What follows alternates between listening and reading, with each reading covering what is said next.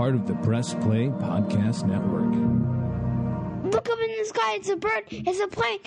This is Jason J. Lewis, the voice of Superman on Justice League Action. This is Mark Wade, writer of Superman Birthright, and you're listening to The Krypton Report.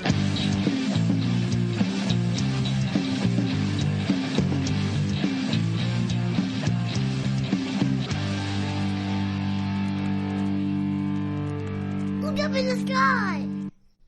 Welcome to the Krypton Report podcast. I am your host, Tyler, the Superman of Blue, the Man of Tomorrow. And with me is Mr. James Cole, the Superman of Red, the Man of Steel. What's up, buddy? Oh, I didn't realize I was like getting introduced for a fight or something. Yeah. Well, surprise, you're about to hear your doorbell ring, and there will be Brian ready to beat you up. Ding dong. What? I mean, let's go. Good times. But no, so this podcast is going to be interesting because we just got a lot going on, and what we're doing is this is actually part one.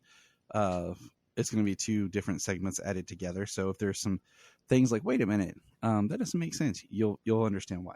But the first things first, we don't have a lot of news. We know San Diego's coming up, so that'll probably filter into our next podcast.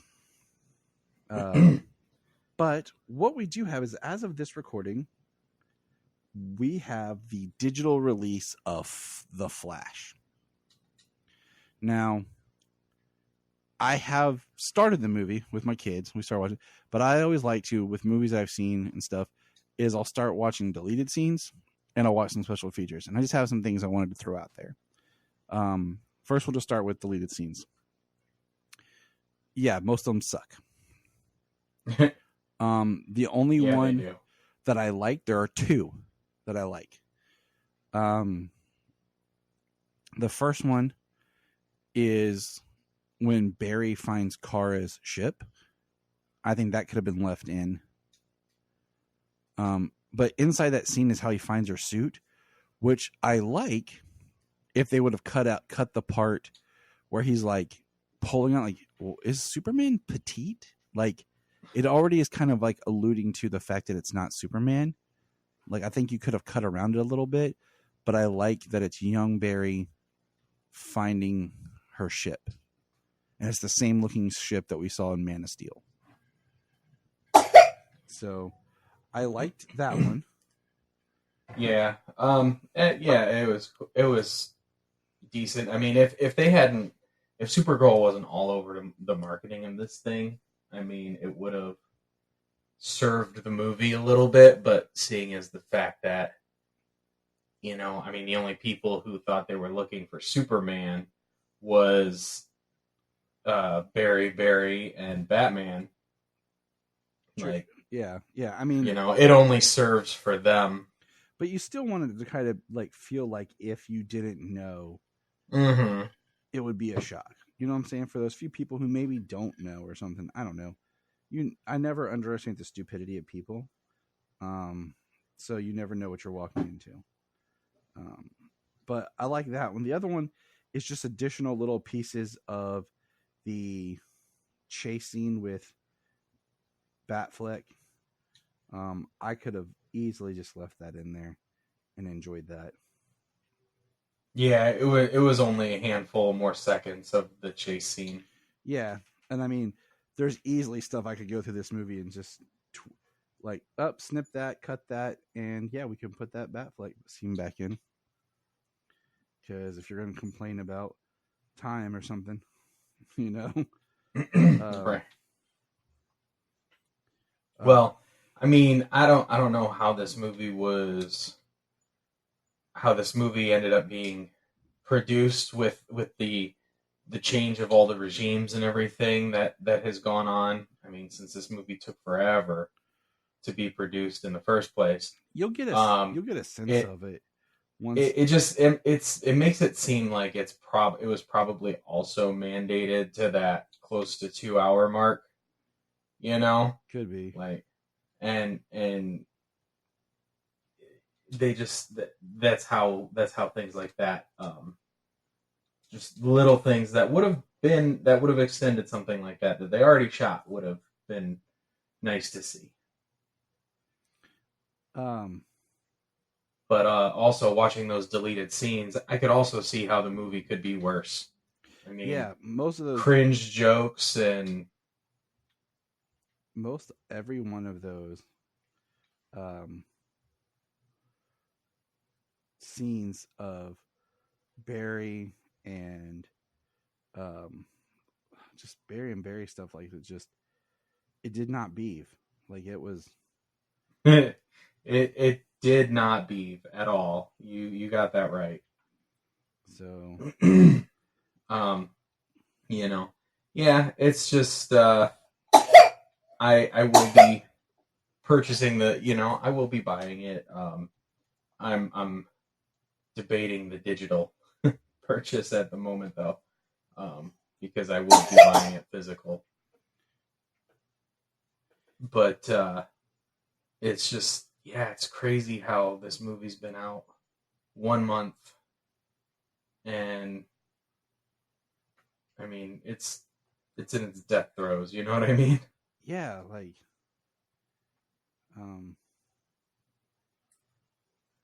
it's weird. So, but anyway, I've watched the movie.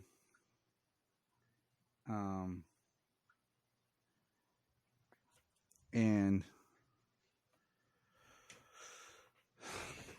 I mean the special features. Sorry, my dog's getting into something. Mira's getting on my nerves today. And the other thing that I got thinking of is if you needed to save money, okay, on a budget, even though you have money to spend, I think with a movie like this, you should always be thinking of post. Like, how can I, cut the budget so there's more money in post? Or I come under budget, things are tight. I mean, one thing about this film that they talk about, and I give it a little slack, is how they wanted to shoot the desert scene and stuff like that to mimic Man of Steel, but because of COVID, they couldn't travel or move, so they ended up with a lot of stuff just being on sound stages. I get that, okay?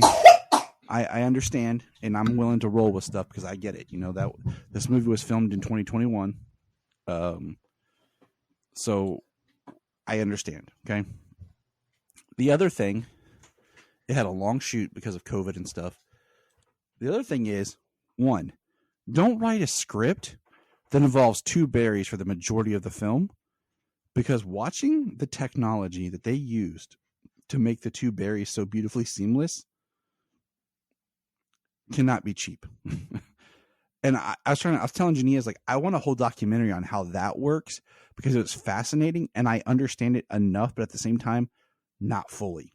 And there's so much stuff in the special features where I'm like, that's a lot of post-production stuff to work on.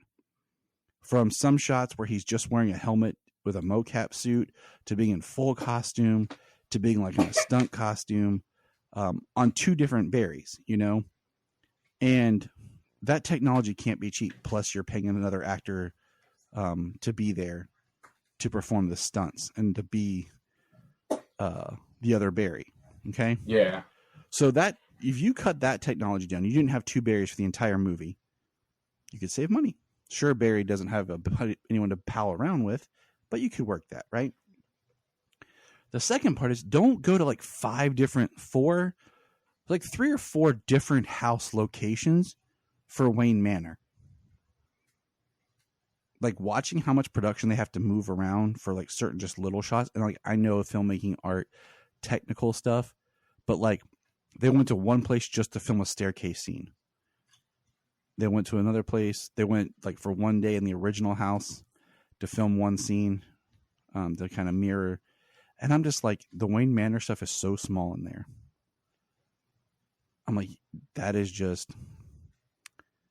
you could have saved a lot of money by not going there. But here's the big clincher. Find a way to not have to build a whole freaking suburb. Like, they filmed this in the UK.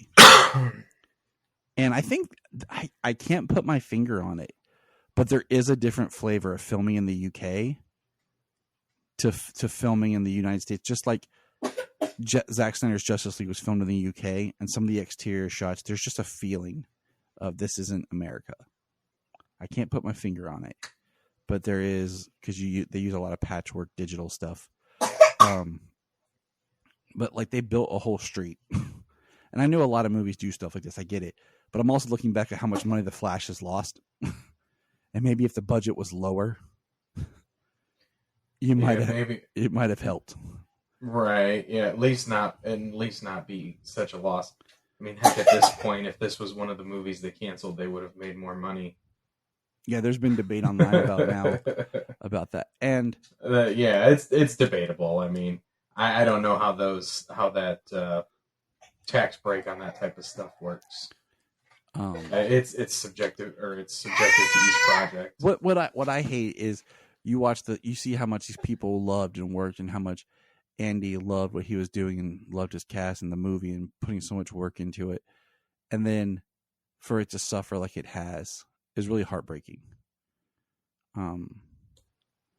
So I really hope that it's not a reflection of Andy, and that he does do the brave and the bold, and he shows everyone that he is the good filmmaker we know he is, based on his previous work. The other thing that I find fascinating, okay, is they allude to why Bruce Wayne stopped being Batman. And they say basically he ended up killing a criminal in front of the criminal's son, like mirroring what made him into Batman. And that's why he stopped being Batman. And I'm like, was that in the film, or was that behind the scenes? No, that's something they talk about. That was like a subplot that they cut out, like dialogue and stuff about Bruce, because it was tied into how does he know so much about the multiverse and time travel, which I think is rightfully so. They cut it out because that's something heavy you don't drop in something like this and never get to explore. Now, I made a quick comment to you, like, wouldn't it have been neat is if this movie had its original ending with Keaton as Batman, and Batgirl be kind of spun out of this, and part of, that came up in Batgirl or something, where Keaton's back, but he can't do it as alone. He takes in Batgirl. You know what I'm saying? And then that story got played out there, because that's a heavy thing to drop on somebody, and then not explore it. So I'm glad they left it out, but at the same time, like, I would have preferred that over some of the Barry stuff. I mean, if I guess we're past that point now. Excuse me. I guess we're past that point now. We like the movie. We don't ignore that it has flaws either. Yeah, for all of our audience, we're actually planning on trying to next week do a live comment, or not a live, but like a commentary on it. Because of these quick digital releases and stuff, it makes it easier for us to do these turnarounds. And I kind of want to watch it with James and talk about it, because it is still such a hot topic to discuss right now. Yeah. But it's now that we're like farther away from the movie and everything, like it's not the movie. It's really not the movie that it should have been. And that's one thing to say. I mean, like, all the pieces were there. They had all these characters, actors who were there. They even had them in the movie. I mean, they had Wonder Woman in the movie. They had Aquaman in the movie, and they were wasted cameos. Yeah, Aquaman's scene is so important to going forward, and what happened at the end of The Flash, that it should have been moved up, and not been a post-credit scene, and should have been a little bit more of a serious scene instead of Arthur being drunk. Which was actually already established that he doesn't really get drunk. Yeah. I mean, I guess if you want to say that he's trying to keep up with the Flash, that maybe he could get drunk. You know what I'm saying? Yeah. Because Flash can't get drunk because of his metabolism. And if you try to keep up with the Flash, I mean, maybe almost anybody could get drunk at that point, except for Superman. But yeah, it's just, wasted cameos. There's such big characters in the story that was adapted, or rather inspired. It's just, there's a lot of elements that could have been more true to the story if they wanted it to be the structure of Flashpoint. That were already there. They didn't have to do like the whole Amazon Themysciran War, because that would have been super expensive. But also being allies and or in contention. I do like the Man of Steel thing because the Black Zero event, because it is within the universe. It fits. I did discuss that. I do like that, but also like Keaton was brought in, and then everything surrounding Keaton was all fan service and everything was just props. It just sat there, and even some of his lines were just like, "Hey, you remember when he said that? Hey, you remember when he said that?" You know what I'm saying? Yeah, I mean, how much better of a film would it have been is if you would have dropped the other Barry and just been like he pals around with Keaton's Bruce more, like he goes up to see Batman. One of the first things he did, and he has his powers. You know what I'm saying? Instead of like, oh, he lost his powers, and you know what I'm saying? Like, well, you can see why in the timeline he doesn't have his powers, because he didn't become the Flash because he didn't need to become the Flash. So when he kind of comes back out of the timeline, he doesn't have his powers. But I mean, you would make it different because you would drop, if you didn't use Young Barry, you would drop Dark Flash. Yeah. I mean, you could do something different, but it just feels like, I don't know, doing. So I mean, he's there. It would take some restructuring. Honestly, I think I enjoyed seeing Keaton, and Muschietti did some really cool things with Batman. But it was all just so fan service at this point. I think that it would have been better if they would have used a Thomas Wayne Batman. I mean, I would have been happy if you would have done something. You wanted to bring back Keaton or something. It's so hard to say because of how this movie was originally supposed to go and everything. But not two Barrys, and had him spend more time with Batman. I think that could have been a big. Well, I think there's that. I think there's a big emotional payoff. We don't get much of that when it comes to this version of Batman. I mean, the only thing we know about him is that he basically saved Gotham from crime, and now, like, without Batman, he's depressed or whatever.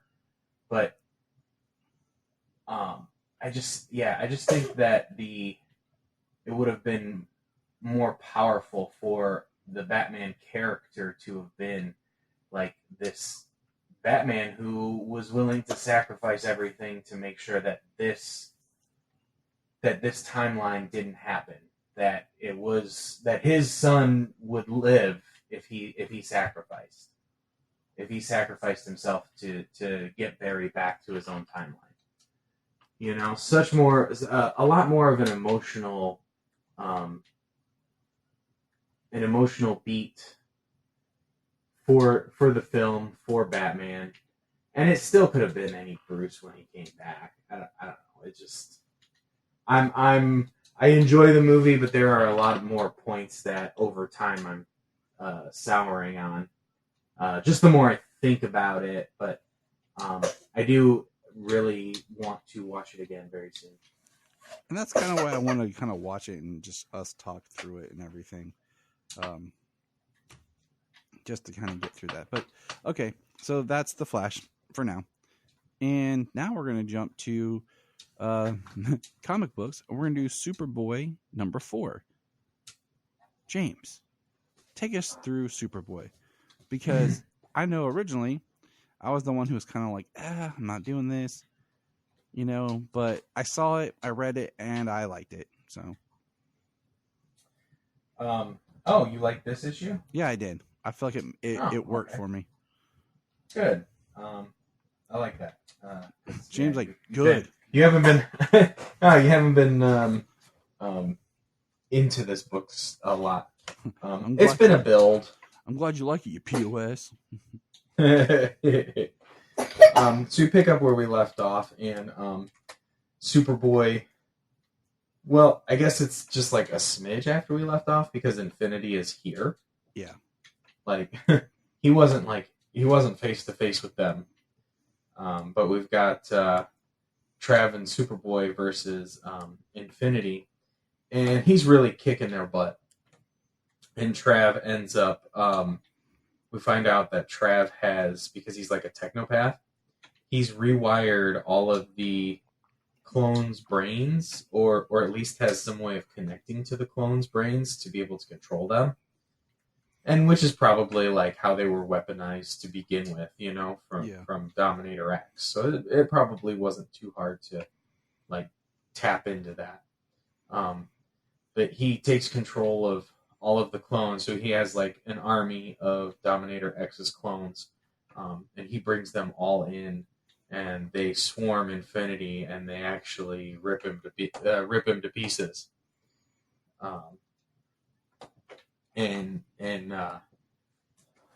Trav is using his army of clones. They should have, it says several of you should have tracking powers.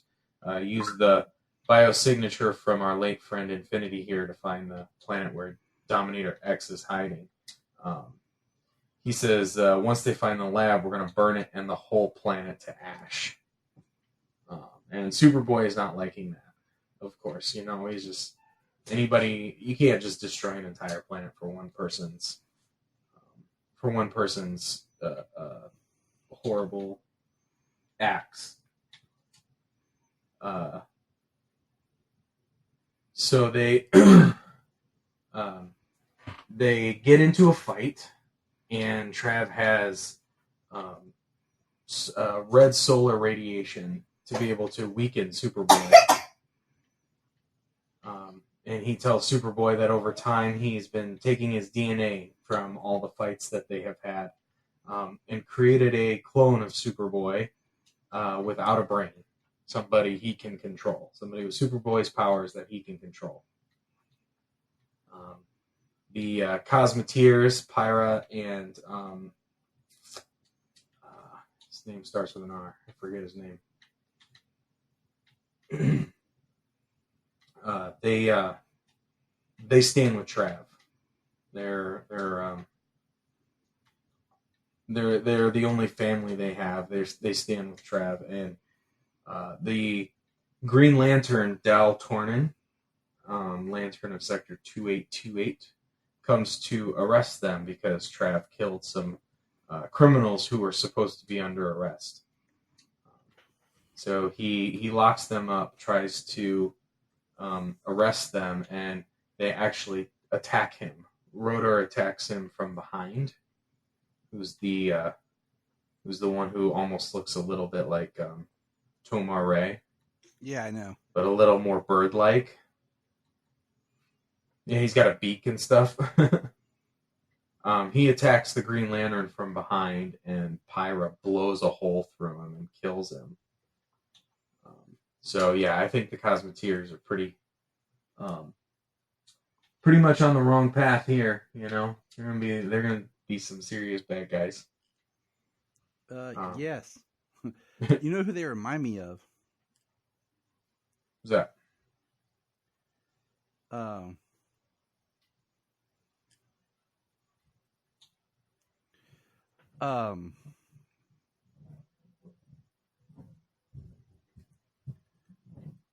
The Elite. Oh, okay. Like Superboy's Elite. Yeah, like the one dude, he reminds me of Manchester Black and stuff. Like, oh yeah, I guess, yeah, I see that. That makes you know sense. what I'm saying? So it's kind of like the Cosmoteers remind me of the Elite, and this is like Superboy, like you said, his take on the Elite. Yeah, his test against a team like that, who's kind of praised for saving people, but killing people and doing bad things. Like the ends justify the means kind of a thing. So they take Superboy down, they knock him out, and we cut to Earth, the Fortress of Solitude, and Superman is looking for Connor. Kara and John, nobody's seen him. They haven't seen him in 2 weeks. Kelex tells him that he's out in space somewhere, that he's lost contact with him. And he says, I did not mean to deceive you, but I would ask you a question, Kal-El. Why did it take you 2 weeks for you to notice that Kon-El was missing?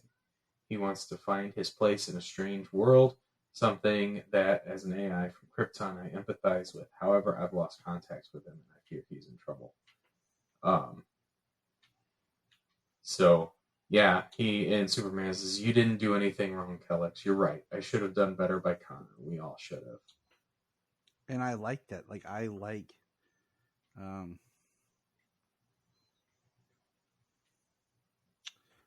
that Superman's kind of wrong in this. So yeah, well, it's a very I mean, as it was in the story, it's this version of Superboy was in Gem World. So when the world was rewritten, he was written out of the world. He didn't exist in the world. So as a super family member, like, he's even less thought of because he didn't even exist until they rescued him, or until Young Justice rescued him from Gem World.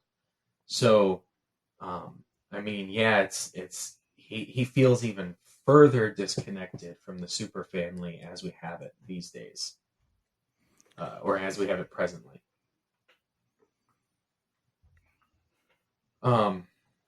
So they leave Superboy alone on the planet, alone to die on the planet, and Dominator X is got a secret lab on planet Chelum, and the Cosmoteers find him, and start with Trav says start with Dominator X and then show the rest of the planet our might. As Superboy falls, loses consciousness, he's weak. The solar radiation drained him. He's not recovering very fast. He kind of passes out, and the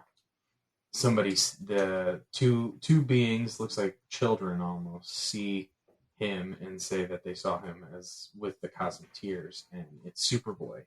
And next we've got Reign of the Cosmoteers.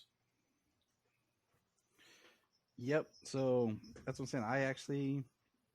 I think because of like the twist, and it kind of, like I said, reminded me a little of like the Elite. I liked it. It turned around for me. I can't exactly put my finger on it. Yeah, no, I think that's it. You know, I kind of enjoyed the story as it was. You know, building up this story of, like I said, the Superboy trying to find a purpose. He came back into a world where he didn't exist, where he's not really needed because there's so many members of the super family. I was kind of on board early on, but I can see definitely in this issue, especially with like this being like his version of the Elite, that being the hook that caught you, you know? Mm-hmm. So I just feel like it kind of just it was working for me. So good, cool. So there's another round robin finalist book coming out soon, Constantine and the Demon Vacation from Hell. Yeah, I saw that. So I didn't really read it. I'm gonna wait till the book drops, because since it's a roundup, it'll probably be dropping on the app, same as this Superboy book. So I look forward to checking that out when it comes. I am right with you. So I enjoyed this, and I am continually impressed by just, I don't know, what I feel like they're giving me with this book. Yeah, and the artwork is really good in this book. It's a little cartoony, a little young, like the character drawings. It's something I would expect to see in a Young Justice book or a Teen Titans book, where all the characters are like the same age. Yeah, where they seem a little younger. But the quality of the art is pretty good throughout as well. So our next thing to bring up is Ruby Spears, episode 6. Now, this episode, I'm pulling up my notes, and my computer wants to run slow. For some reason, it decided, my computer like an old person on Viagra. 1 minute, it's all go, go, go, go. And then the next minute, it's like, oh, I can't move. I gotta just take it slow. Save my energy for the big game. Right. I'm like, come on. But this, as all these Ruby Spears do, we're going to kind of do it backwards. I found the second one of Young Clark at the circus more entertaining. Oh, very much so. I watched that one. During the first one with the prankster, I caught myself on my phone. I had to put my phone back down to continue watching the episode. I'm trying to get my notes to load because that happened to me twice. This one, usually I take notes by hand, but this one I type because I was typing something else as I was working. Had a very low IMDb score compared to some of the other episodes of this show. And where is it?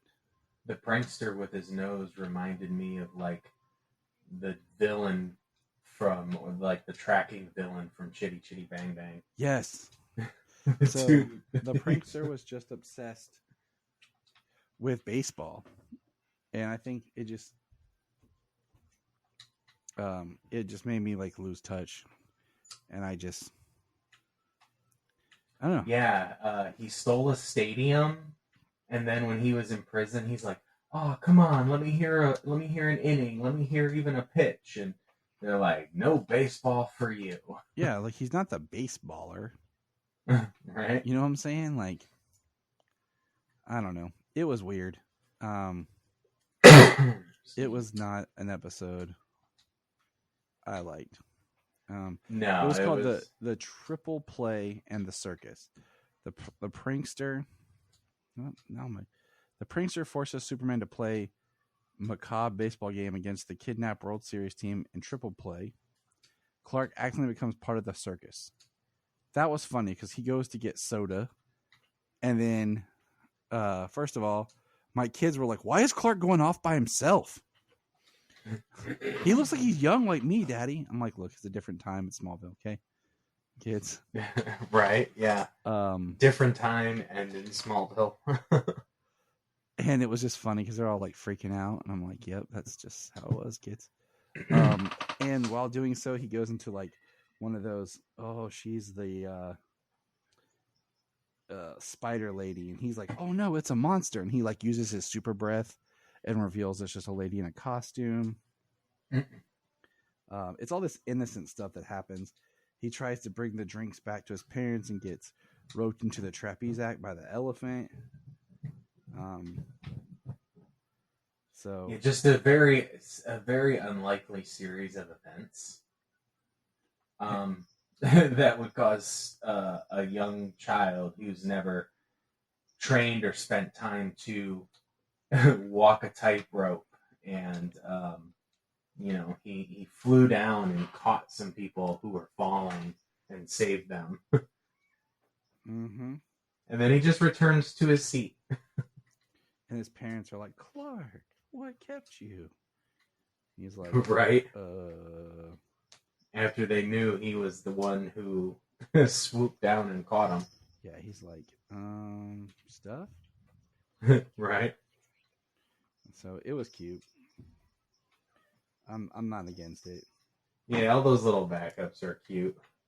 And I feel like that's what defines this series, because I feel like especially this one, the main series, I don't care about it.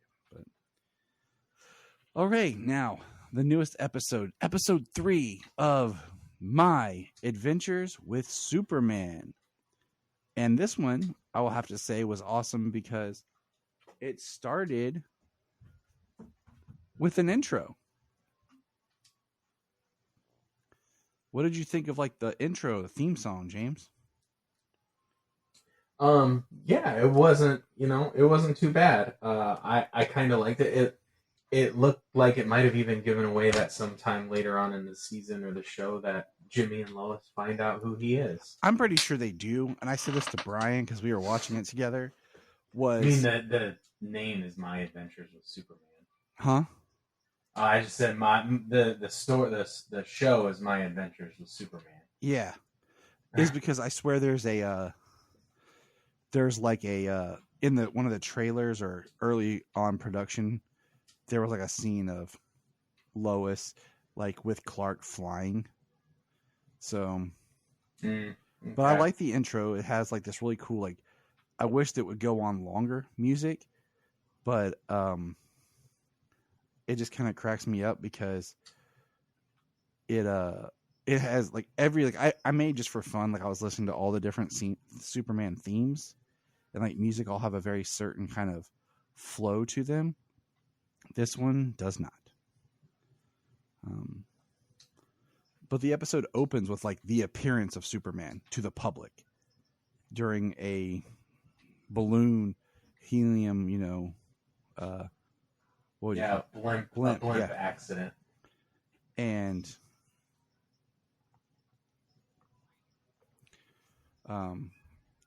Superman saves him. We get a shirt rip. It's an up close shirt rip, but we get a shirt rip, and we see Lois trying to get to him, and then we get the two morons, trying to bust him out of jail. Yeah. So the names of those two. Hi. Hello. He said, "Go to bed, Sailor." I think I heard him a little bit. Rough House and Mist. Yeah. I mean, though both of those names sound familiar, I can't picture a character though. For either one, but obviously they are there to rescue Siobhan. And we know that Silver Banshee. So, let me ask you this, because I've seen this. Do you think they're taking basically, they call themselves Intergang here, okay? Mm-hmm. They're taking tech weapons to make metahumans, or do you think they're metahumans using tech? Like, especially like with Siobhan, like it looks like she's just using, the mask. I don't know that she has any metahuman powers. She didn't seem to exhibit them in anything prior, and they did show them robbing someplace early on, and again using their real names. Yeah, they're not too bright like that. So yeah, they're pretty dumb that way. We have been using the new Clark Kent. Halo, like we have not been using that as introduction. Nice. Yeah, I didn't see Siobhan like get her powers this episode. I did see like the tech kind of like the freezing tech go off. Yeah. With the idea of Intergang and all this specialized tech, I'm wondering if it's Lex Luthor or like what's going on. I think there's more to the story that we're not seeing yet. I agree. Well, I'm sure there's more to the story that we're not seeing yet. Who's supplying the tech? They talk about a crazy woman. Maybe is that Mercy? Is it Granny? Who knows?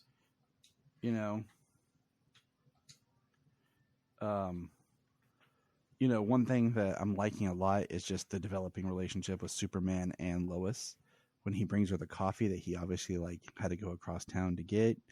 And this episode, he gets a new superpower. And if you think about it, this This series really starts to feel like it was made by Superman fans for Superman fans, with little hints here and there, because he's walking holding a coffee, okay? And I'm playing it right now. I'm trying to get to it. He sees Lois and his eyes start sparkling. They start flashing red. Yeah. And like in Like Smallville. Smallville. Yep. Heat That's vision. the exact same thing that Jamie said too. Like, oh, he sees Lois. So, a little more risque, but the same gist. yeah, Smallville's a little bit more intense. But we see, Yeah. we get the introduction of Lombard, Ronnie Troop, which is, Ron Troop, and this one it's Ronnie, it's a female. And we get Cat Granite, which we were watching that scene, and Brian goes, Jesse, James, like from Pokemon. Like, Oh, yeah. And I was like, oh yeah, that does remind me of that. Yeah. Well, I was watching it and I was like, yeah, like that is that's hardcore anime introduction right there. Just like Team Rocket from Pokemon. That's the team. I could not remember their name. Yeah. Lois swipes the ID badges. They sneak in to Lois, pretend she's like Cat Grant. Jimmy's like Ron Troop, and Clark's just like Steve. Sports. And it's funny, like it's enjoyable. I've watched this episode like 3 times because the kids enjoy it and I love it. They enjoy I only it. got to watch it once, but I do plan on watching it again. Well, I actually was just starting it again before we got on. we watch it as a family. That's our thing. So if we don't get a chance to watch it for breakfast on like Fridays, we will do it for dinner on Fridays. Ooh, nice. And basically there's a bank robbery scene, and Brian said, wouldn't it be interesting if the female bank guard that's in there ends up being Maggie Sawyer? I thought that was cool. Yeah, that would be really cool. Kind of a young Maggie Sawyer starting out as like security like that. Clark, uses his heat vision in this, so I'm happy. We got no Sailor Moon transformation scene, so that just seems like it was just for the first power up in getting his suit. Yeah, we don't need that every time. I mean, the only reason that it would work is if it was a Kryptonian suit like the New 52, where it spawned the way it did, Yeah. the way Supergirl's suit did. What was that? Season 4 on. 4 on? Yeah. Where it kind of came out nanotech-wise. Yep. Yeah.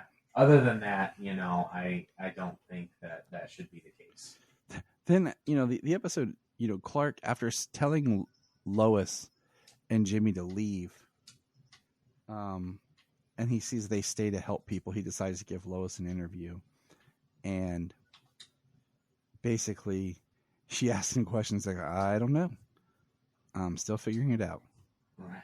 I like how he's still like unsure of how much he's still unsure of how much he should be doing, breaking the rules with Lois and pushing the boundaries of what they should and shouldn't be doing, especially when it comes to their job and work. His hiding his Superman identity from them is really funny, especially when he's like, I have to find those guys and stop them, and I mean, write about them. Yeah. That's the scoop we should be going after. They're like, what? I do like how he did. I must say that we did call it how this episode was going to be. He did give an interview because of them kind of getting scooped. Mm-hmm. Or at least the byline being given to reporters on staff, not just interns. And I did like how he decided to give the interview after Kat and Steve and Ronnie all showed up trying to get the interview. Yeah. He's no dummy. He no dummy. But then at the end, he barely answered anything for Lois. Then it's one of those great scenes where she's looking as Superman flies off. Then Clark comes running up behind her, and he's like, how was it? Did you like him? She's like, he's lying, and that's how the episode ends. Yeah. He's like, what? That was an interesting end. I'm wondering what she like what she bases that on. Because he was really honest at that point. Like, he's like, I'm piecing it together. I don't know where I'm from or what I can do. And, I'm just here to help. And like the most honest answer he can give. And she's like, he's a liar. It's like, done. Right? That almost seems like they're trying to push that Lois is pushing her journalistic intuition like to an extreme point where she's wrong. But it also plays on the fact he is kind of lying because he does know some stuff, and you do have Clark not telling them that he's Superman. So it'll be interesting where this is going forward. I'm enjoying it, and I look forward to the next episode. I am very much enjoying this show. I love it. I like anime, and having a Superman anime show that's very good, very new. It's really interesting. He's Superman, but he's learning his powers. He doesn't know what he can do. His powers are still developing. We're introducing these characters. Like, we've got like the accident that happens that creates Livewire. Slade shows up again in this episode. And like what is Task Force X going to? How is Task Force X going to steer the show? Steer what the plot of the show is going to be. Like, is it going to be a Suicide Squad versus a Superman later on? Like, who knows? Maybe. Well, let's stick around and we'll find out.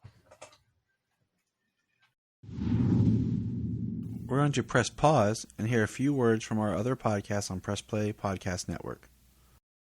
Part of the Press Play Podcast Network.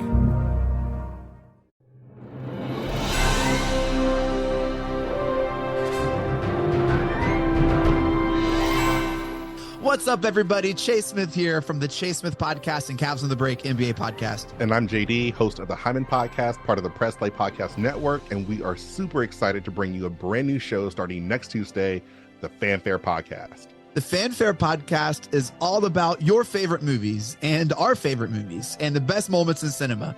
To help guide our discussion, each episode will feature one classic, and we will grade this movie using a report card-like scale A through F. We're going to be grading categories like acting, directing, cinematography, the score, and even the movie poster itself. And when we're not featuring a movie report card, we'll be sharing our movie rankings, franchise deep dives, actor and director interviews, and everything in between. Movies have been a major part of our lives, and we cannot wait to share our thoughts with you.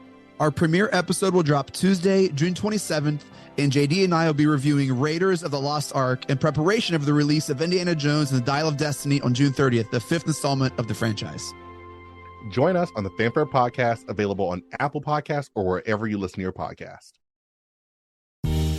Hello, Brooks here with the Books with Brooks monthly book club podcast. Here's how Books with Brooks works. We read one book a month, and then we talk about it. Classics like Stephen King's The Shining, debut novels like We Are the Brennans by Tracy Lang, and tons of other compelling, life-changing stories, one book and 1 month at a time. So come read along with us, and then listen in. Before we start this episode of Krypton Report, I want to take a moment and just give a shout out here to our Patreon. I know what you're thinking. Gosh, everyone's asking for money, and I get it. But our Patreon is only $1. $1 a month. It helps us keep the podcast going. And what we do is we try to find interesting shows and topics and whatever we want to talk about. We've done, as of this little thing, our last recordings were on the Scream series. Brian and Tyler, that's me, do our own show where we record in the car, and it's kind of funny. And we talk about pop culture or whatever is going on. We also have the Supernatural podcast we've been reworking. It's taken on some time just because of life. But we do movie commentaries as well. It's something that James and I have done, what we used to do on the main show that we've started doing here. So for $1 a month on our Patreon, you can get those shows. There's at least 4 a month. Also, there's my movie pitch show that I do. But also, what we want is if you're a Patreon, you can come on. You can come on the main show if you want. Or if there's something you want to come on and talk about, we can do it as a Patreon special. So all I want is for $1 a month, think about chipping in, joining our Patreon, and you have a voice to be part of things. Follow the link in the link tree or in the show notes below, patreon.com/Krypton Report. This is Dan Jurgens, and if you want to have a good time, keep listening to the Krypton Report. In Kryptonian day, in Metropolis night, no Lex Luthor shall evade my sight. Let those who worships Kryptonite's light beware my power, Superman's might. Damn, my wife is awesome.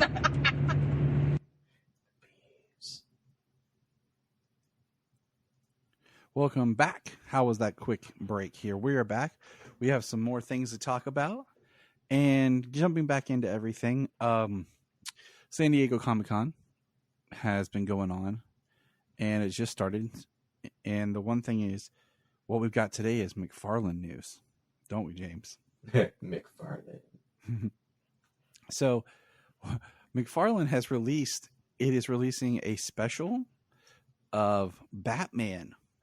Okay. And I think this is cool. It's part of the Warner Brothers 100 year, but I have 3 issues with it. So it is a set of 6 Batman figures. First of all, technically, they should have just made it 7. It is the Michael Keaton 89 figure, not the one from The Flash, but the 89 figure. Okay, so that's kind of a new figure, all right? It is the Justice League Batfleck, which I wish they just did the BVS Batfleck, okay? We have the Batman, which same figure I already have. We have the Christian Bale, the Dark Knight. Should have done for this collection, the Batman Begins. Okay?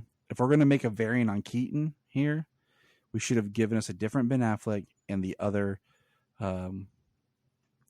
Christian Bale. Okay? But we have the Val Kilmer in the sonar suit from Batman Forever, and then the greatest Batman of all time, George Clooney. And so that looks, I mean, it looks awesome. Like, we've been wanting this, you know? Yeah, it's like 3 new figures, obviously, with Kilmer, Clooney, and the 89 Keaton. Yeah. But I'm like, to make it really awesome, like, I know Pattinson, there's no other like suit, but Affleck, they give us the BVS suit, you know, should have been in this collection, and the Batman Begins suit, just so you feel like you're buying a collection. Because found out later, they put out a picture of they are doing a Batman and Robin line that features this same Clooney, Batgirl, and Robin, and Poison Ivy, and the Build-A-Figure is Mr. Freeze. Yeah, so that's awesome. So that's awesome. So that right there makes it okay. There's one strike, boom, against this collection, another strike. Yeah. So now, well, if you have all the figures, like for me, like I could buy that collection and have all those figures. Right. You know, but like people who bought all of the Justice League figures, they got that Batman in their collection. People who bought the Batman, they've got that one. People who bought the Dark Knight, they got that one. Exactly. That's what I'm saying. My thing is, they're also going to do a line, not a Build-A-Figure line though, of Batman and Robin, Batman Forever, which will be probably that same Kilmer, a Robin, Two-Face, and Riddler. So now, after that announcement, this collection has nothing for me other than that 89 figure. And that 89 figure sold semi-separate because it comes with the what do you call it? The Batmobile. They just released, you can buy that figure with the Batmobile now. Yeah, that's cool. Well, Well, I mean, I would love to get that, but I do know that one of my next figures that I'm going to be getting is going to be that gold label Dark Knight Rises Bane with the coat, that I actually have. Oh yeah. Me and Solomon were talking about that too. About that way I don't have to. That way I don't, because I couldn't buy the whole line because that's the only one I want. But now that I can buy it gold, I was like, yeah.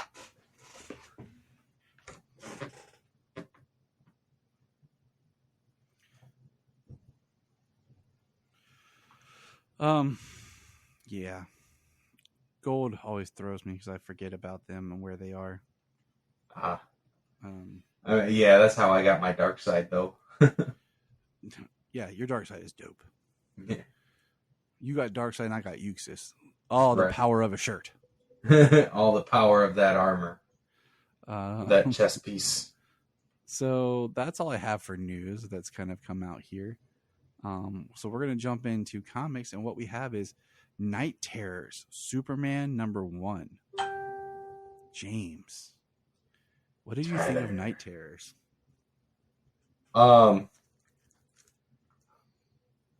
You know, I'm okay with it at this point. I mean, the story itself is pretty cool because, you know, I read the first issue. I read the free comic introduction, and then I read the first issue on the app. And then this issue kind of picks up where that first issue leaves off. I thought it was interesting. The artwork, and because it is nightmares, it's like these different scenarios. Yeah, how the artwork changes. Like, you see just old, like 40s looking Jimmy and Lois, and then Jimmy's Bizarro. Then he's like the turtle Jimmy. Mm-hmm. And Lois has a suit, like a superhero suit on. Then she's got like that witch hat on, and then she's got the wedding dress on. Yeah, all classic Superman comics. It's really interesting though, because Superman is he's like, this is just a dream. Like, he's sure of it from like the beginning. Like what's going on? The artwork's pretty cool though, like the tsunami coming over Metropolis. Mm-hmm. That one's pretty wild with the skyline. Well, then they're all like drowned. What do you think of this character who's going after Insomniac? Yeah, Insomnia. Why couldn't he be like Insomniac? Or like, I just feel like, I know it's more difficult to name characters anymore, but it just feels so lame. Insomnia. Yeah. Like, how about not like the Insominator? I don't know. That's lame, but whatever. I would take it over like just being generic, like Insomnia. Like, what about like sleep paralysis?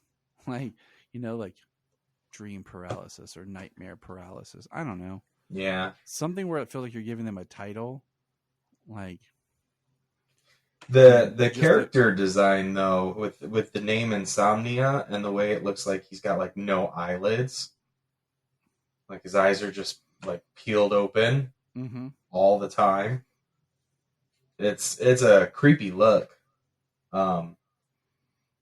He gives Clark like all these scenarios, like the Earth burning up, the Earth freezing, nuclear bombs, like Brainiac invasion. And then Superman standing on a pile of bones, on a pile of skulls.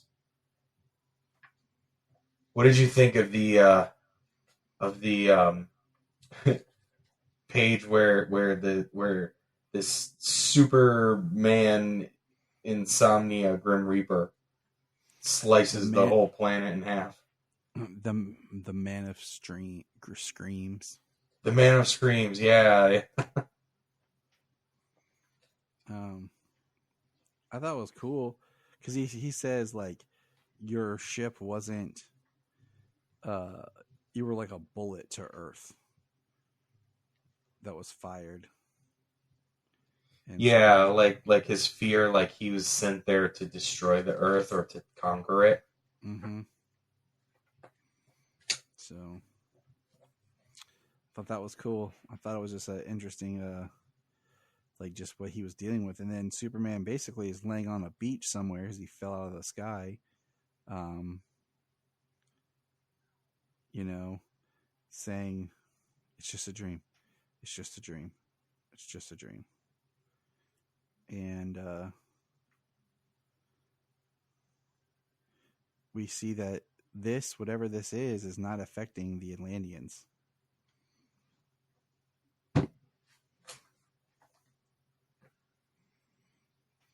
So what'd you think about that, James?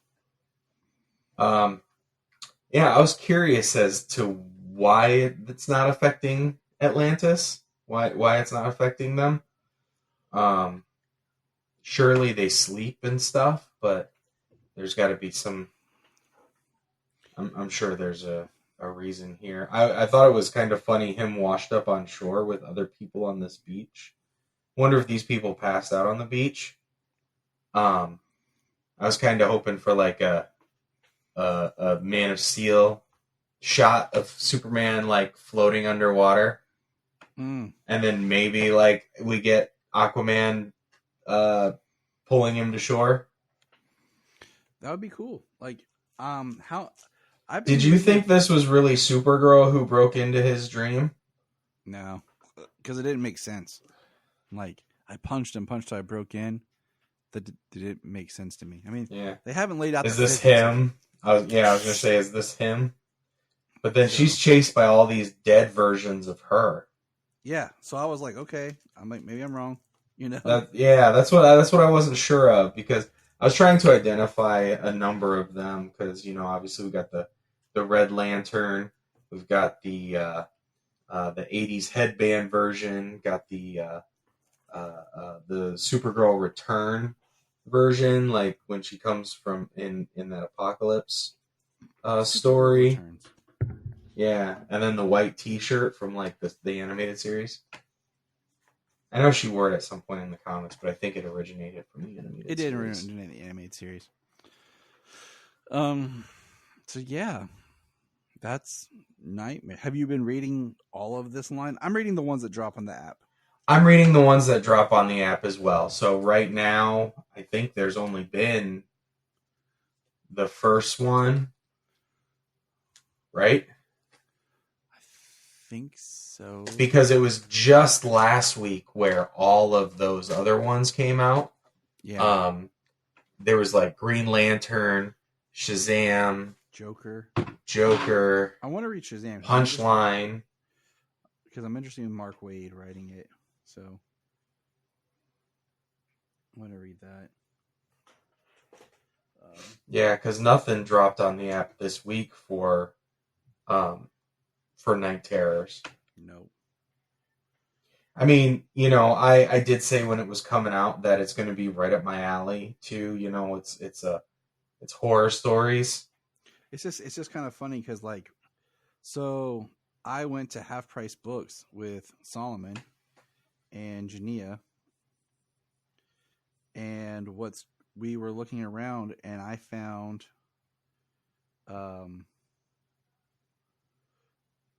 the McFarlane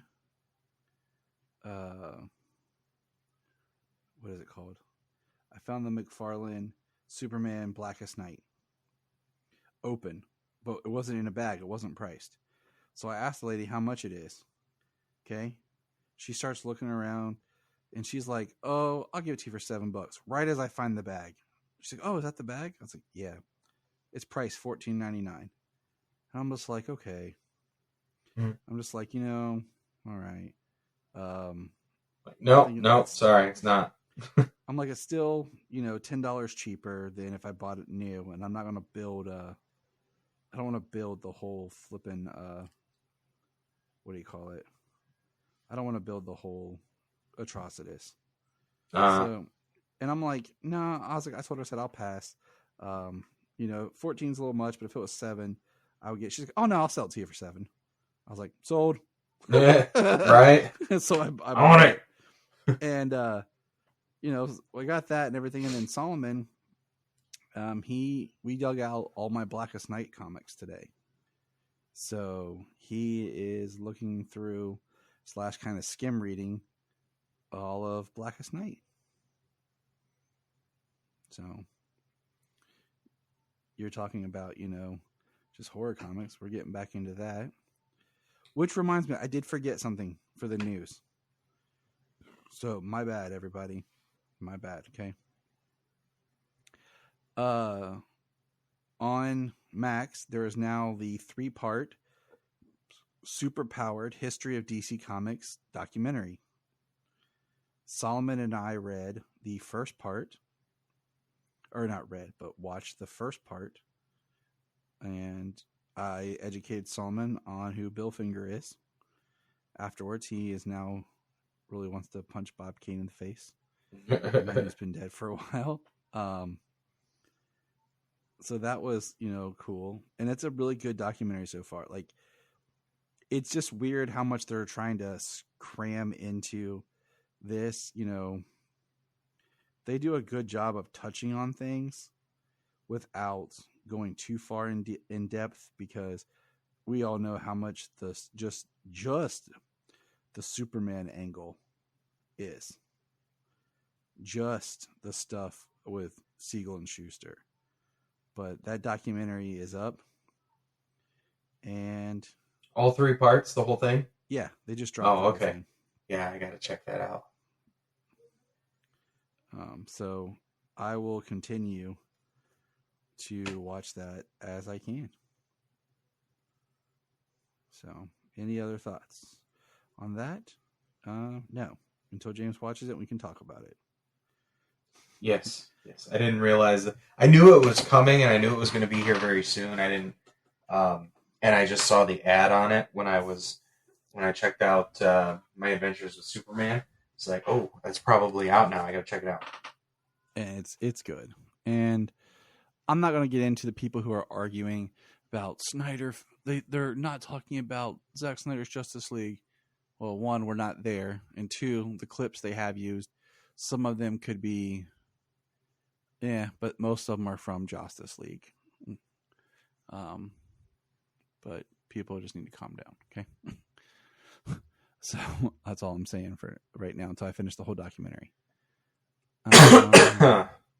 But that's a nice segue into episode 4 of My Adventures with Superman. James, how are you digging this cartoon, man? So I'm digging the cartoon. I'm loving the cartoon. The anime, the characters. Like in this episode in particular, we've got Lois just really bombarding people at this party type event, someplace where that's not what you do. They're there for Cat Grant. They're there for like the gossip column, kind of like to do stuff like that, to kind of that's what they're looking for. And just like Lois is like, she can't read the room, or she has no way of like not being who she is. Like, she that's Lois. I mean, she goes after the story really hard, but I think over the years Lois learned some tact, and this version has none. Not yet, anyways.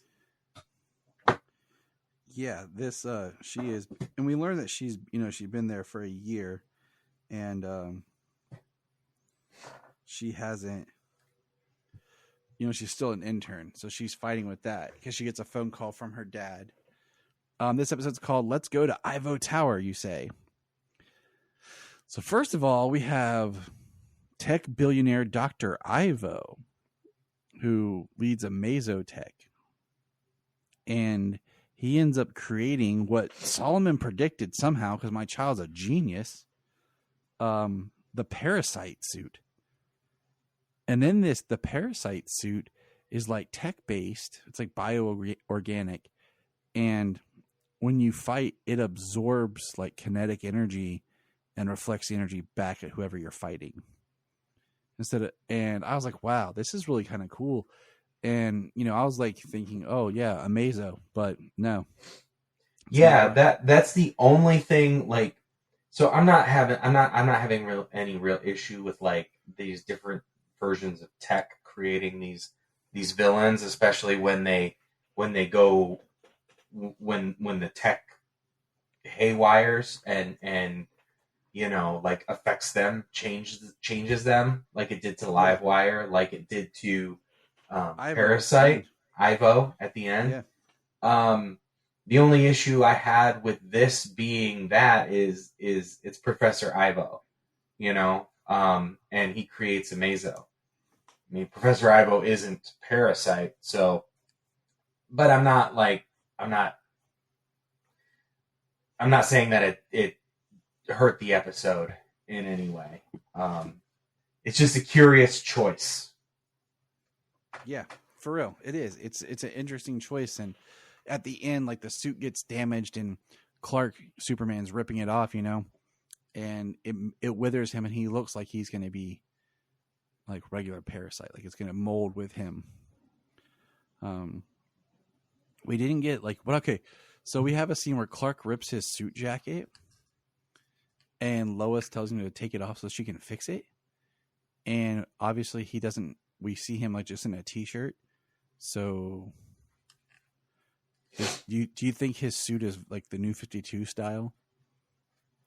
Where it's going to grow from his symbol or something? Well, it did kind of appear on him. That was only the first time, but then the first time he put it on. Last episode, we got a good shirt rip. This episode, we got a good shirt rip because it was after he pushed the guy through the window and was holding him out, and Clark took off, and Jimmy's like, "Where's Clark?" And she's like, "He's right here," and he's gone. He runs out the back door and does a shirt rip. Okay, I missed it because I was eating my noodles. Yeah, so he did do a shirt rip, but we did see him just before that in a t-shirt. So it has to be something like that, like the New 52. Because I mean, I know we've even made comments like these suits won't work with capes underneath them. Or the boots. Like that's my other thing is like the boots. Yeah. Speaking of, I noticed in this episode he has tall boots. He has boots that go right up to the bottom of his kneecap. Yeah. Right up to the bottom of his knee. I was like, you know what? That looks good on this Superman. On this suit, the two-tone blues, the tall boots. I like the two-tone blue. Yeah, I may not have chosen like where the two tones are in this suit, but I do like it. Mm-hmm. The kids love this show because like this morning we woke up and they're like, "New Superman, Dad. We gonna watch Superman?" I'm like, "Dang, kids, yes." And then as soon as it's over, they're both like, "I want to watch more." I'm like, yes. But it was funny because Solomon's, I'm so like Jimmy in this. It's funny. And Sayla's like, I think I'm like Lois. I like Lois in this. And I'm like, yeah, I can see it. But Lois, they definitely are giving Lois a little bit more of an Asian flair with like the way her outfits and stuff are. Like when she dressed up, it's fine.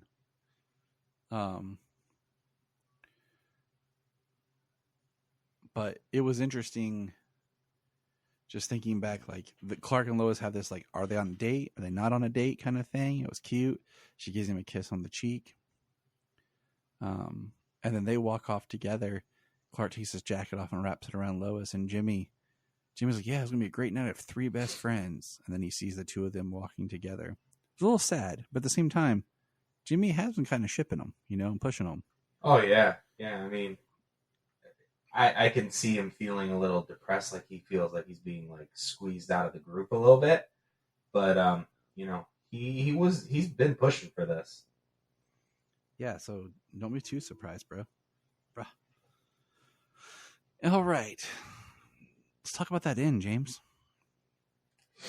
Clark Kent is Superman? Lois put it together. Yeah. Well, what do you think about that? It makes perfect sense. Like, you know, they were looking at alien like type. Jimmy had a bunch of like rumored stuff, and you saw how she was like looking at it, and there was little pieces of things, and she's starting to make a board and putting them together. And then earlier in the episode, Clark ripped something out of a book. There was like the 15th anniversary of the Flying Boy of Smallville spotted. Mm-hmm. And Lois puts it there, and then all of a sudden you just see like Clark and how he caught her, and Clark smiling, Superman smiling, this, and she goes, Clark Kent is Superman, and boom, there it was. Yeah. So they always end on like a Lois cliffhanger. The past 2 episodes. Yeah, I mean, it's not this. They always leave on some sort of cliffhanger. Every episode is kind of like a little cliffhanger for the next one, which I like. And the last 2 have been Lois. No, I really like it. I don't think that it works as a long time story prop anymore.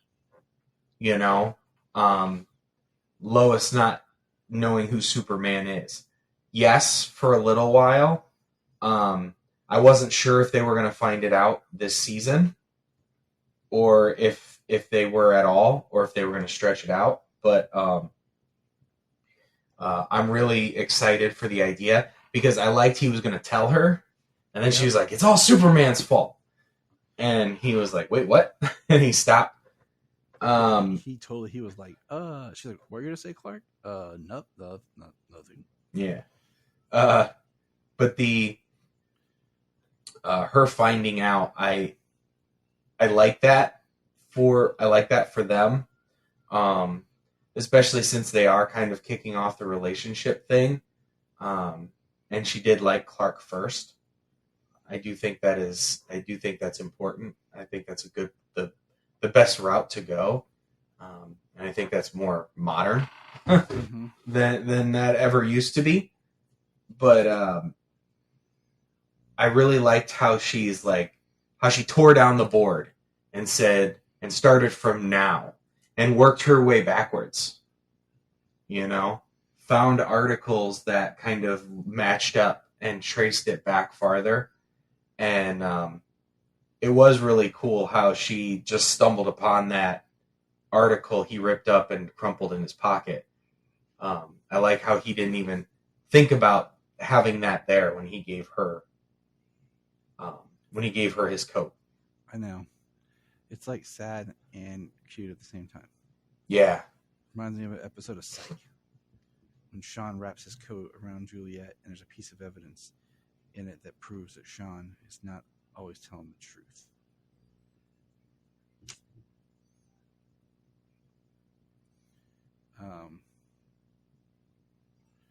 Yeah, I really like this show, and I cannot wait to see more. And I guess here's a piece of news as of this recording. I guess they dropped a new trailer for Harley Quinn season 4, but I have not watched it yet. Oh, no, I haven't watched it either. So, bad on us. We're trying, but we're not perfect. We're like the Red Green Show. We're trying. Hey, you know what? Give people a chance to see it too. Like, if we haven't seen it, then others have it. Yeah, I don't give a few more listeners a chance to see it, and then we'll talk about it, and they'll understand. Yeah. I just don't want to be that guy who's like, yeah, this debuted 3 seconds ago. Here's my review, my complete breakdown, and all my reaction and spoilers. And you're just like, dude, you suck, man. Like, right. And then, so that's my Adventure Superman. And the last little bit thing we have here is episode 7 of the Ruby Spears series. Did you get to watch it, James? You know, I should have told you ahead of time. No. Okay. That was my bad. That's okay. Not telling you. This one, I'm gonna read it to you real quick here, and we'll talk. Well, I'll tell you about it, then you can go watch it. Yeah. It's called The Hunter and Little Runaway. While Clark's parents are called when Superman's called out that people escape from the Phantom Zone, or trying to escape from the Phantom Zone. General Zod and his companions successfully create a creature they call the Hunter, which comes to Metropolis to destroy Superman. Able to convert itself into any substance it touches, the Hunter converts itself into steel, breaks into the Daily Planet, captures Lois in order to attract Superman. After battling Superman, the creature retreats and introduced to Kryptonite by General Zod. The Hunter seeks out Lex Luthor, which touches a piece of his diamond. This episode's probably the only one I had seen before this review, because this episode is the only time you see a horrible-looking General Zod who looks more like M. Bison. You see him with two other Kryptonian companions in the Phantom Zone, and it's Faora and Ursa. It is the only time we see Faora and Ursa together. It's very unique, and I would like to say that really makes me disappointed. I didn't watch it ahead of time. And the Hunter is kind of a proto Doomsday in a way, just this big machine, and basically Superman tricks it to think that he's kryptonite. He gets kryptonite poisoning, and Lois revives him. Ta-da! And it's an interesting, the thing goes after Lex Luthor, but at the end they don't escape the Phantom Zone. It's all good. And then the second part is Clark wants to go to the movies, the young Clark on the farm, and he's got to do his chores. So he starts using his superpowers. Of course, Pa doesn't approve of it. So then he decides he's going to run away, and he runs away, but then a dog steals his bag of his sandwich, and some homeless dude eats his sandwich. So then Clark's walking away, sees some kids having a picnic, and their ma made him some pie, and he's like, "Oh, Mom makes good pies." Then he goes home, and basically he'd only been gone for like 2 hours, and no one had really noticed. And then he just eats dinner and says he'll finish his chores. So I was like, okay, cool. We watched that in the car while we waited for Jania to finish getting a couple of things in the store, because the kids didn't want to go in the store. So we just hung out in the car and watched Superman. There you go. That's how it's done. So that is the Ruby Spears. We're making our way through it. Trying to finish it up here.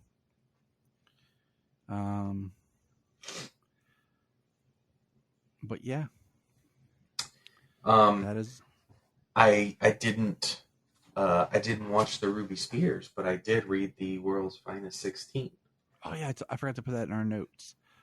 Please go ahead with that one. I did too. I just forgot to mark it in our notes. Go for it, James. Lead us there. All right. Well, number 16, we open up with the Batmobile, which has been taken over, going headfirst into a wall. Robin's inside, and he is rescued by the Flash.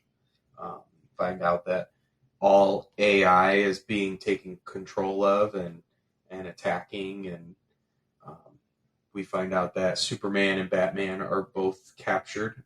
We don't find out. Robin finds out that both Superman and Batman are captured by New Mazo. It's such a generic but yet awesome working name. Yeah, and then we got Ultra Morpho. It just works, man. It does. If I was Mark Waid, I'd be like, guys, can I take a crack at this Insomnia name? Just give me a second, okay? You know what? They probably brainstormed, and that's the best they could come up with. Insomnia Slack. Yeah. I don't know. Look, I'm spitballing here. Give me a minute. I'll work on it. I mean, Insomniac is good. That's a good name. I mean, Insomnia is a good name too, I think. I just don't like when it's just the generic word. Yeah, I understand. I get where you're coming from. I do. But then we don't need super long names like Ghostmaker. Thanks, James Tynan. But continue. Yeah, so we're so now they're talking. Batman and Superman are talking with Will Magnus and Dr. Ivo. They're discussing where this had come from. So Magnus used his responsometer technology, which is what gives his metal men like personalities and being able to kind of learn and and he designs one for New Mazo, or what Professor Ivo, like, he captures him and forces him to make one for New Mazo, and then afterwards they find out that the responsometer inside Amazo is actually allowing Amazo to duplicate the minds of the smartest people. So, like, him having Ivo and Magnus, Toyman, Dr. Cyber, Bertram Larvin, it's allowing Amazo to copy all of their knowledge.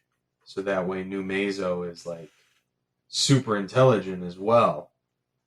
Because they talk about how the original Amazo had limitations.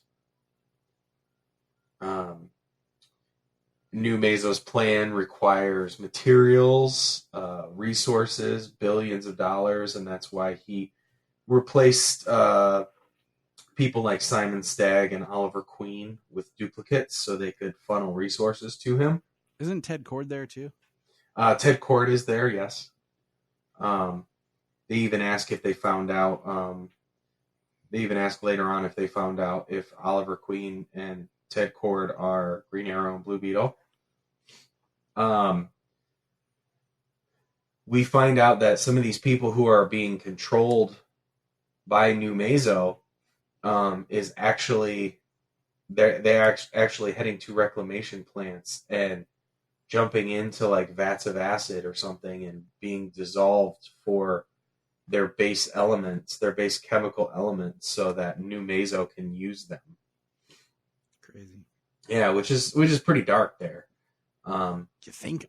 Yeah. Then we got Hawkman in the sky fighting Kelex and Superman robots from the fortress. We got teams of people. We've got Plastic Man rescuing all of these people from one of the plants. He's like a giant shovels, and he's sending people out, and then he clears the factory so Metamorpho and others can destroy it, and then the Metal Men lead the charge against Superman's robots just to be able to buy them time. Metamorpho says, "No, you don't stand a chance." Metamorpho comes into contact with GI Robot, who is being controlled. Metamorpho turns into acid and goes to destroy him as the Metal Men are being kind of destroyed by all the super robots. Yeah, it's pretty sad. Batman has come up with a plan to stop Ultramorpho. That Metamorpho and Superman cracked him, and they are using everybody's engineering techniques and Oliver's bow and arrow to shoot something in that crack in Ultramorpho's chest that will shatter him, because he's made of he's transformed to kryptonite, and he remains kryptonite inside the room to keep Superman weak. They use lead paneling to try and block the radiation. As soon as Superman has a little bit of power, he removes everybody's collar, keeping them obedient and in line. They say Ultramorpho's not dead, he's reassembling, and not to worry, and we get Green Lantern, Firestorm, Supergirl, Wonder Woman, Metamorpho, Robin, and the Flash all show up. Firestorm uses his abilities to change Ultramorpho's elements, kind of neutralizes him. In a brief time later, they explain everything. they are worried about New Meso showing up with all these people with powers. They send up all of these small satellites, while Wonder Woman and Robin go to find Teomaro. And he basically says that it's hopeless to stop New Meso. That every scenario he's run, they all lose. Humanity is brought to the brink of extinction. Says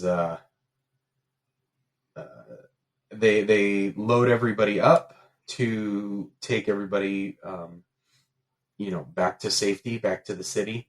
And Batman, Supergirl, why aren't you with the others? I had a different idea. I'll do what I need to do. Don't worry. But first, and she's kind of transforming. I thought this was like Clayface or something, but it's New Meso. I choose to eliminate you. So he has like shape-shifting abilities like Clayface. And to be concluded, got Batman alone with New Meso. And no prep times. Yeah. So it's actually funny because we were talking about this episode of My Adventures with Superman, and I thought we were going to segue into this. My bad. No, it's fine. I was just like, yeah, a little segue there into James Teomaro and Ivo. James had it all laid out, and I done screwed it up. Well, you know what? You jumped into Ruby Spears, and I didn't even get a chance to watch it. So yeah, it happens. Sometimes segues can't line up perfectly, right?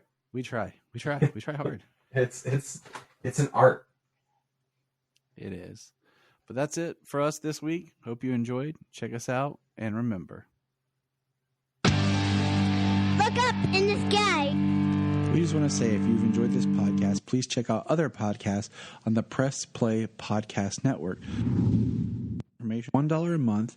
You'll get extra special content that you don't get on the main show, like movie commentaries and whatever else comes out of our mouths. So check it out, patreon.com/Krypton. If you are like Tyler and James and can't get enough super talk, check out these other podcasts.